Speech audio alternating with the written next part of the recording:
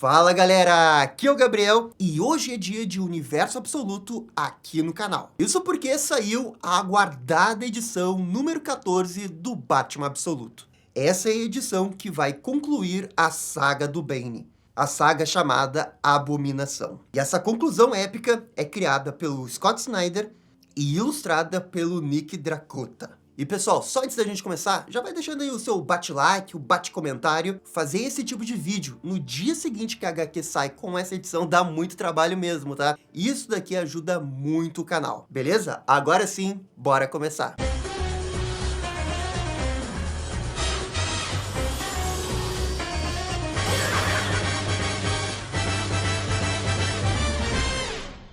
A edição final abre com Bruce conversando com Alfred sobre ele ter duas cargas do veneno. Alfred propõe usar uma agora como teste e a outra durante a batalha contra o Bane. Contudo, Bruce está ao mesmo tempo lembrando de outras coisas, como de seus amigos e o que aconteceu com eles, e de uma conversa em específico com Edward Nygma. O Ed fala que ele está tão quebrado que não consegue nem mais prestar atenção direito. Batman também se lembra do abraço que deu em sua mãe, e do seu pai falando sobre o que tem de mais em morcegos, naquela linda conversa que a gente viu no primeiro arco da HQ. Bruce ainda se lembra de Selina Kyle, pedindo para ele se cuidar. O Alfred informa que o sistema do Bruce pode não aguentar o veneno, e se isso acontecer, ele mesmo irá acabar tudo rapidamente.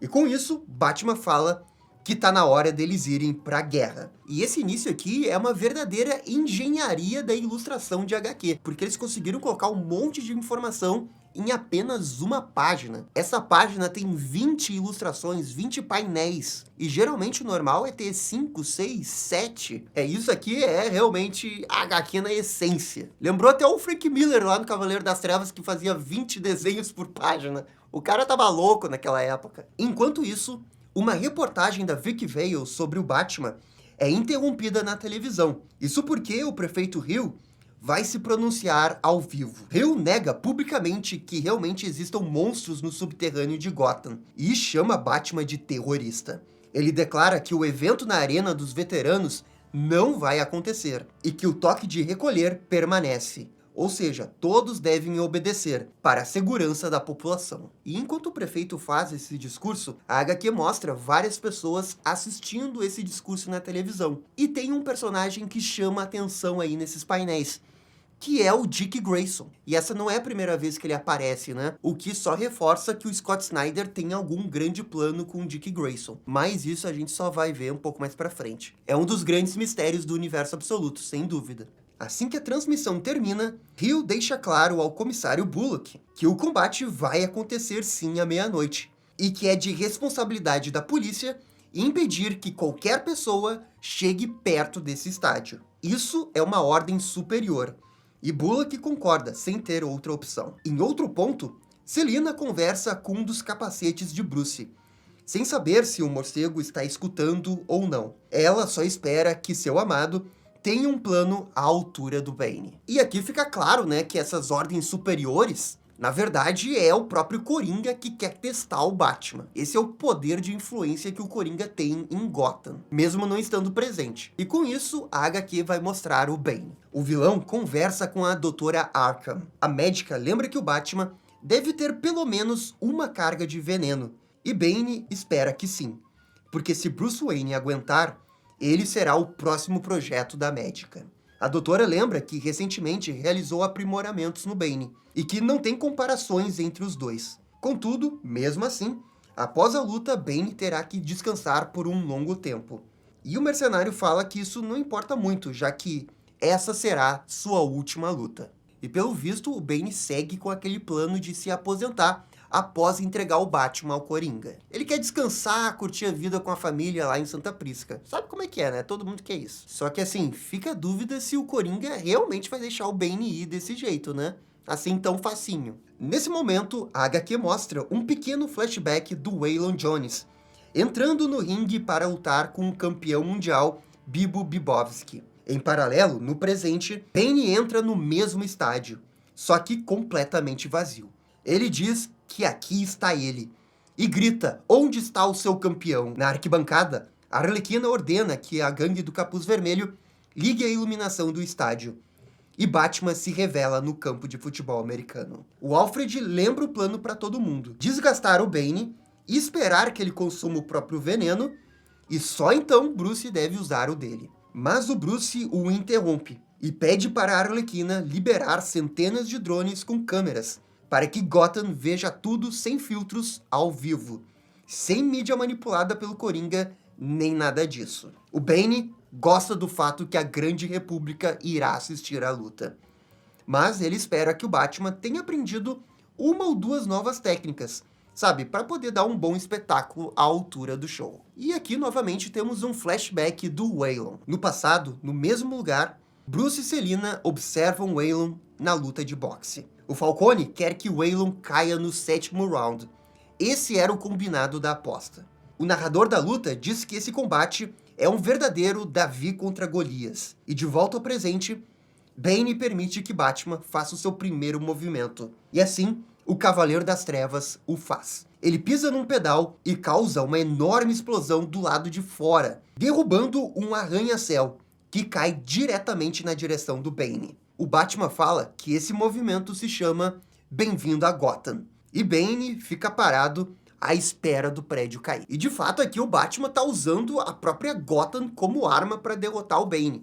Isso é bem legal, né? Bem poético. E sim, claro que o prédio havia sido evacuado, não tinha ninguém lá. O impacto causa uma enorme fumaça no estádio. E no passado, o Waylon também começa bem a luta, com um cruzado de esquerda. Bane surge gigante, já usando o veneno, e diz que sabe exatamente o que o morcego está planejando. O Alfred grita que o Batmóvel já está a caminho, e que tem o Bane na mira. O herói autoriza o ataque, e Alfred atinge 2 arpões gigantes no vilão. O agente britânico acelera o veículo e consegue atropelar Bane em cheio. O que eu acho que é para ser uma referência ao Batman Zilo Arkham, quando o Batman joga o Batmóvel no Bane. Só que, bem, nessa versão do universo absoluto, jogar o Batmóvel no Bane não traz nenhum resultado. O cara é muito maior, afinal de contas, né? Na luta do Croc, o nosso boxeador conseguiu aguentar até o 3º round e segue muito bem no combate.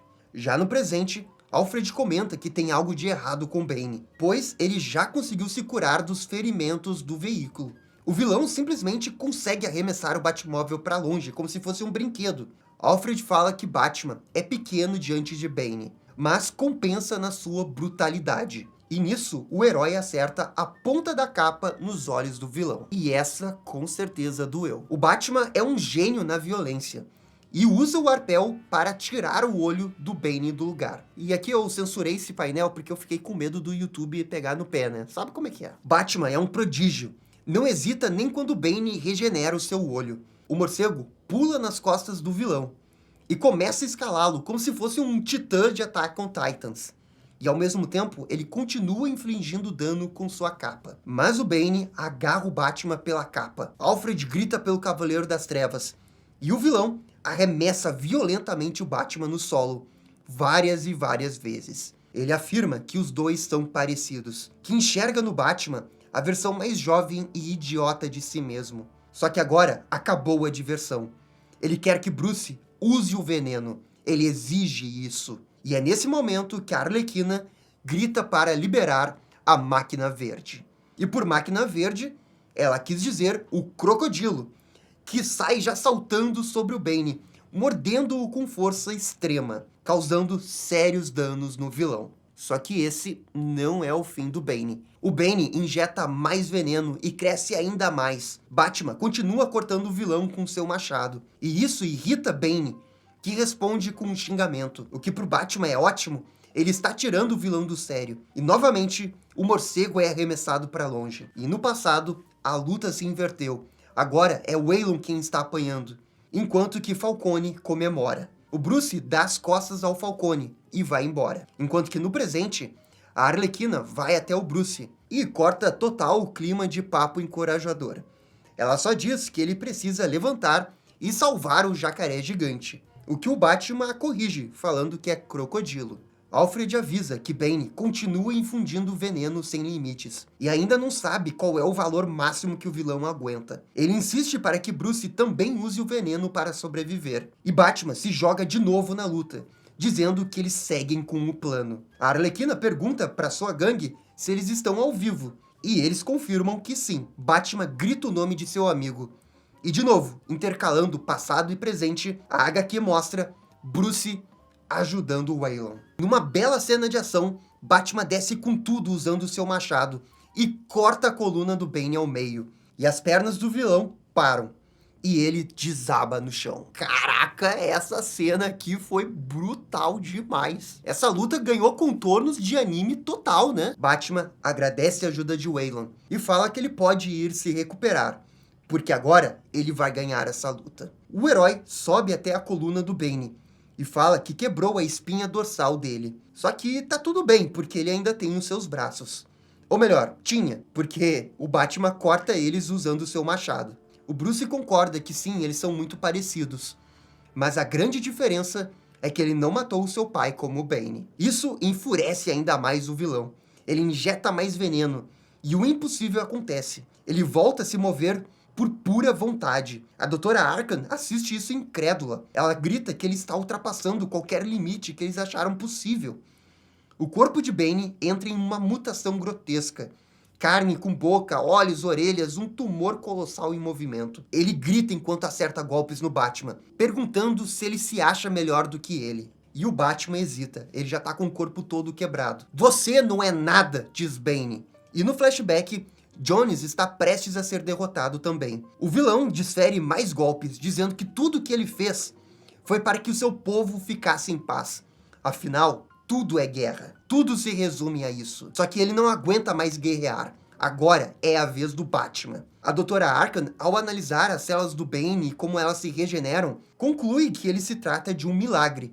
Algo que não deveria existir. E também, né, olha o tamanho desse Bane. A HQ novamente intercala passado e presente, com o jovem Bruce incentivando o Waylon. Tanto o Waylon quanto o Batman ficam à beira do colapso, mas não aceitam a derrota. Ambos se levantam, e o Alfred implora que o Batman use o veneno agora, assim como o Bane. E o Batman diz que eles venceram. Ele vai usar o veneno, e chama pela Mulher Gato. A Selina Kyle estava no estádio esse tempo todo, e atira algo no Bane. São seringas com doses extras de veneno. Agora, no passado, Waylon realiza um milagre, e joga o campeão no chão. A Doutora Arkham imediatamente entende o que significam as seringas. E uma reação estranha acontece no Bane, e parece que ele está prestes a explodir. Em narração, o Alfred entende que o Batman, enfim, venceu. Mas ele se pergunta como que ele fez isso também. O Bruce nunca pretendeu usar o veneno. Ele apostou tudo nele mesmo, assim como apostou em Waylon naquela luta de boxe no passado. 2 dias antes, Batman se reuniu com Edward Nygma para que o mesmo drenasse o veneno em suas costas. E é por isso que o Edward apareceu lá no início da HQ. Esse era o segredo do Batman. E, contando com a ajuda de um amigo, ele vai conseguir derrotar o Bane. O Bruce deixou o veneno aos cuidados da Mulher Gato. Voltando ao passado, Waylon vence a luta, e Bruce invade o ringue. Ele disse que apostou tudo no seu amigo, até mesmo a grana do Falcone. O mafioso, aliás, está indignado que foi tapeado pelo Bruce. Já no presente, o nosso herói rasteja para fora da montanha de carne que antes era o Bane. Alfred, enfim, entendeu como ele venceu. Generais e monstros lutam para vencer, mas alguns soldados lutam porque é o certo. Para Batman, o combate é o propósito. Ele luta pelo povo, pela sua casa, por Gotham. E vemos o Batman jogar o cadáver do Bane no mar para o mundo todo ver. Inclusive, Oz e Dent também estão assistindo tudo pela televisão. E os dois realmente estão muito felizes que o Batman conseguiu derrotar o Bane. Será que o Dent realmente perdoou o Batman por tudo que aconteceu? Será que eles vão continuar sendo amigos? Ou uma parte do Duas Caras ainda vai culpar o Bruce pelo que aconteceu? Mais tarde, Selina deixa Gotham, levando consigo um frasco do veneno. E só lembrando que a DC confirmou uma HQ solo da Mulher Gato Absoluto. Então, pelo jeito, essa história aí do frasco vai continuar na HQ dela. Temos ainda um último grande acontecimento. A Doutora Arkham salva o que restou de Bane, o que é muito pouco. Sobraram os olhos, cérebro e um pedaço de sua espinha. Mas sim, Bane está vivo. Ela então mostra ao Bane uma chamada do Coringa, o seu grande mentor. Ele aparece no monitor, dizendo que a aposentadoria do Bane iria eventualmente entediá-lo. E por isso, o Coringa tomou uma decisão pelo Bane. Em Santa Prisca, Coringa tenta se lembrar do nome dos guerreiros rebeldes que o Bane lutava. Céus Livres? E é dos céus que vemos um avião soltando diversas bombas na ilha. O local, com a família do Bane, é completamente destruído. E o mercenário, segundo o Coringa, está, enfim, livre. E aqui termina a saga Abominação do Batman Absoluto. E olha, confesso que eu gostei desse final, achei que foi um final muito bom. Agora, foi um final perfeito? O meu único mas nessa história é o jeito que o Batman derrotou o Bane. Porque eu achei que foi uma solução muito fácil só jogar a seringa nele e ele explodir. Acho que dava pra ter uma reviravolta um pouco mais inteligente por parte do Batman. Mas todo o resto, a questão dos diálogos, como que fica alternando no passado e no presente, pô, eu acertei exatamente como ia acontecer essa luta final, que ia ficar intercalando passado e presente da luta do Croc. A HQ toda construiu esse clímax aqui e realmente deram um clímax épico, bem anime, e eu acho que eu estou completamente satisfeito. E é complicado dizer que a HQ tinha que ter um pouquinho mais de páginas, porque o próprio Scott Snyder pediu mais páginas pra DC, e eles deram mais 5 páginas. E eu ainda tenho a sensação que dava pra ter tido 2 ou 3 páginas a mais pra parte da conclusão ali, né? O epílogo. Agora, falando do Bane, esse destino final aqui do Coringa destruindo Santa Prisca, sensacional. Aqui sim o Scott Snyder foi genial. O Coringa passar a perna no Bane, que é uma pessoa tão inteligente, a gente viu isso durante a saga, mas afinal de contas ele era ingênuo em acreditar no Coringa. Olha, me cobrem mais na frente, mas eu acho que o Bane vai ter um momento de sacrifício estilo Vegeta Majin Buu com o Coringa. Não acho que o Bane vai voltar só pra ser vilão do Batman que aparece de vez em quando, sabe? Acho que a gente pode ver algum tipo de redenção do Bane no futuro. Mas é palpite meu, tá? Mas galera, essa foi a saga Abominação. Toda a saga foi muito boa, teve aquela HQ do Bane que foi excelente. Esse final aqui de saga também foi muito bom. Enfim, a verdade é que o Batman Absoluto segue maravilhosamente bem. E a próxima edição, a número 15... finalmente a gente vai ver o Coringa Absoluto na sua forma plena. E claro que a gente vai fazer esse vídeo aqui quando a HQ sair no canal. Galera, muito obrigado por assistir o vídeo até o final. Por favor, comentem aqui embaixo o que vocês estão achando dessa HQ do Batman Absoluto, o que vocês acharam do final, do Bane e tudo mais. E claro, vocês estão ligados? Dá-lhe DC. E esse foi o final da HQ do Batman Absolute da saga do Bane. E aí, gostaram? Não gostaram? Deixem suas opiniões nos comentários. E se curtiram o vídeo, deixe aquele joinha e inscreva-se no canal para ficar sabendo absolutamente tudo sobre Batman. Obrigado, gente, e até a próxima. Tchau, tchau.